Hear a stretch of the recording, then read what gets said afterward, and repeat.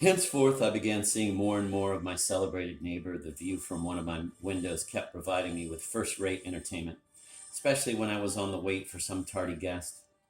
From the second story of my house, the Shade's living room window remained clearly visible so long as the branches of the deciduous trees between us were still bare, and almost every evening I could see the poet's slippered foot gently rocking.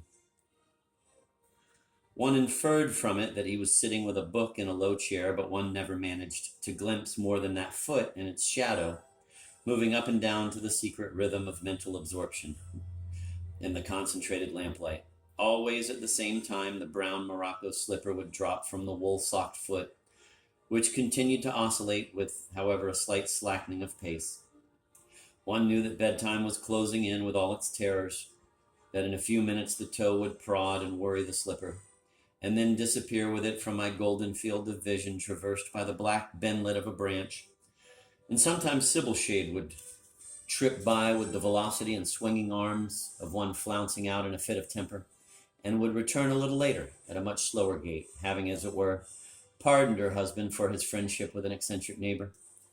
But the riddle of her behavior was entirely solved one night when, by dialing their number and watching their window at the same time, I magically induced her to go through the hasty and quite innocent motions that had puzzled me. Alas, my peace of mind was soon to be shattered. The thick venom of envy began squirting at me as soon as academic suburbia realized that John Shade valued my society above that of all other people.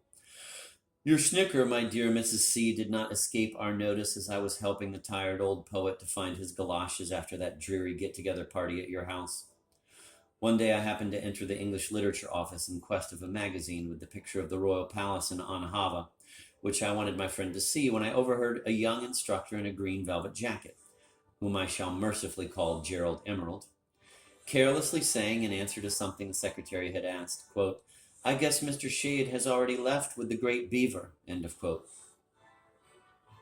Of course, I am quite tall, and my brown beard is of a rather rich tint and texture.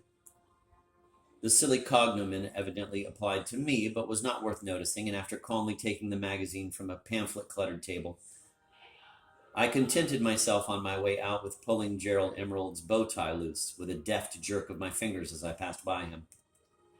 There was also the morning when Dr. Netajdag, head of the department to which I was attached, begged me in a formal voice to be seated, then closed the door, and having regained with a downcast frown his swivel chair, urged me, quote, "to be more careful," end of quote. In what sense careful? A boy had complained to his advisor. Complained of what, good Lord? That I had criticized a literature course he attended. Quote, "a ridiculous survey of ridiculous works, conducted by a ridiculous mediocrity," end of quote. Laughing in sheer relief, I embraced my good Natochka, telling him I would never be naughty again. I take this opportunity to salute him. He always behaved with such exquisite courtesy toward me that I sometimes wondered if he did not suspect what Shade suspected, and what only 3 people, 2 trustees and the president of the college, definitely knew.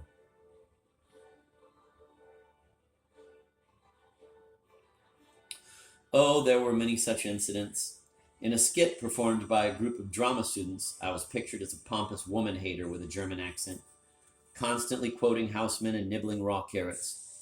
And a week before Shade's death, a certain ferocious lady at whose club I had refused to speak on the subject of, quote, "the Halle Valley," end of quote, as she put it, confusing Odin's Hall with the title of a Finnish epic, said to me in the middle of a grocery store, quote, "you are a remarkably disagreeable person. I fail to see how John and Sybil can stand you," end of quote. And exasperated by my polite smile, she added, quote, "what's more, you are insane," end of quote. But let me not pursue the tabulation of nonsense. Whatever was thought, whatever was said, I had my full reward in John's friendship. This friendship was the more precious for its tenderness being intentionally concealed, especially when we were not alone, by that gruffness which stems from what can be termed the dignity of the heart. His whole being constituted a mask. John Shade's physical appearance was so little in keeping with the harmonies hiving in the man that one felt inclined to dismiss it as a coarse disguise. or passing fashion. For if the fashions of the Romantic age subtilized a poet's manliness by baring his attractive neck, pruning his profile, and reflecting a mountain lake in his oval gaze, present-day bards, owing perhaps to better opportunities of aging, look like gorillas or vultures. My sublime neighbor's face had something about it that might have appealed to the eye had it been only leonine or only Iroquoian. But unfortunately, by combining the two, it merely reminded one of a fleshy Hogarthian tippler of indeterminate sex. His misshapen body, that gray mop of abundant hair, the yellow nails of his pudgy fingers, the bags under his lusterless eyes were only intelligible if regarded as the waste products eliminated from his intrinsic self by the same forces of perfection which purified and chiseled his verse. He was his own cancellation.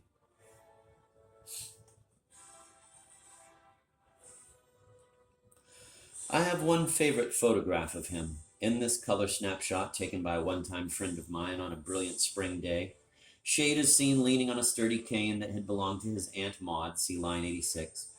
I am wearing a white windbreaker acquired in a local sports shop and a pair of lilac slacks hailing from Cannes. My left hand is half raised, not to pat Shade on the shoulder as seems to be the intention, but to remove my sunglasses, which, however, it never reached in that life, the life of the picture.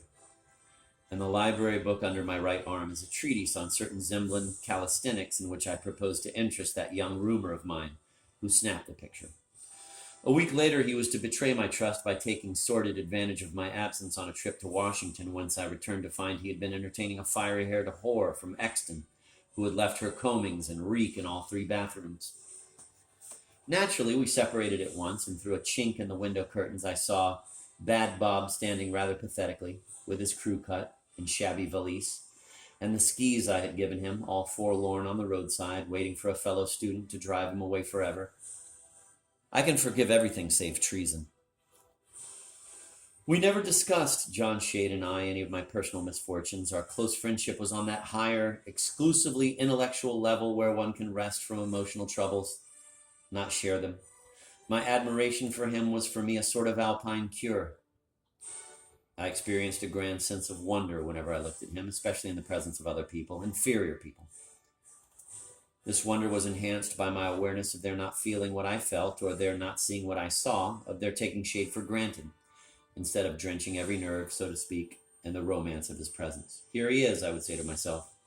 That is his head, containing a brain of a different brand than that of the synthetic jellies preserved in the skulls around him. He is looking for the terrace of Professor C's house on that March evening, at the distant lake. I am looking at him.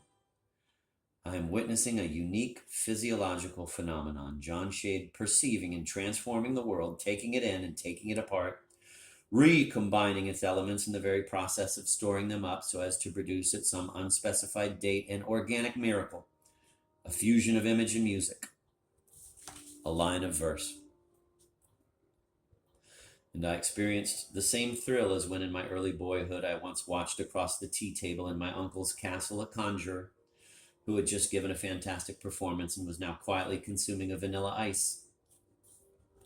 I stared at his powdered cheeks, at the magical flower in his buttonhole where it had passed through a succession of different colors and had now become fixed as a white carnation, and especially at his marvelous fluid-looking fingers, which could, if he chose, make his spoon dissolve into a sunbeam by twiddling it, or turn his plate into a dove by tossing it up in the air. Shade's poem is indeed that sudden flourish of magic. My gray-haired friend, my beloved old conjurer, put a pack of index cards into his hat and shook out a poem. Shade's poem is indeed that sudden flourish of magic. To this poem we now must turn. My foreword has been, I trust, not too skimpy. Other notes, arranged in a running commentary, will certainly satisfy the most voracious reader. All those notes, in conformity with custom, come after the poem. The reader is advised to consult them first and then study the poem with their help, rereading them, of course, as he goes through its text, and perhaps after having done with the poem, consulting them a third time so as to complete the picture. I find it wise in such cases as this to eliminate the bother of back and forth leafings by either cutting out and clipping together the pages with the text of the thing, or even more simply, purchasing 2 copies of the same work, which can then be placed in adjacent positions on a comfortable table. Not like the shaky little affair on which my typewriter is precariously enthroned now, in this wretched motor lodge, with that carousel inside and outside my head, miles away from New Y. Let me state that without my notes, Shade's text simply has no human reality at all, since the human reality of such a poem as his, being too skittish and reticent for an autobiographical work, with the omission of many pithy lines carelessly rejected by him, has to depend entirely on the reality of its author and his surroundings, attachments, and so forth, a reality that only my notes can provide. To this statement, my dear poet would probably not have subscribed, but for better or worse, it is the commentator who has the last word. Charles Kinboat, October 19th, 1959, Sidarn, Utana.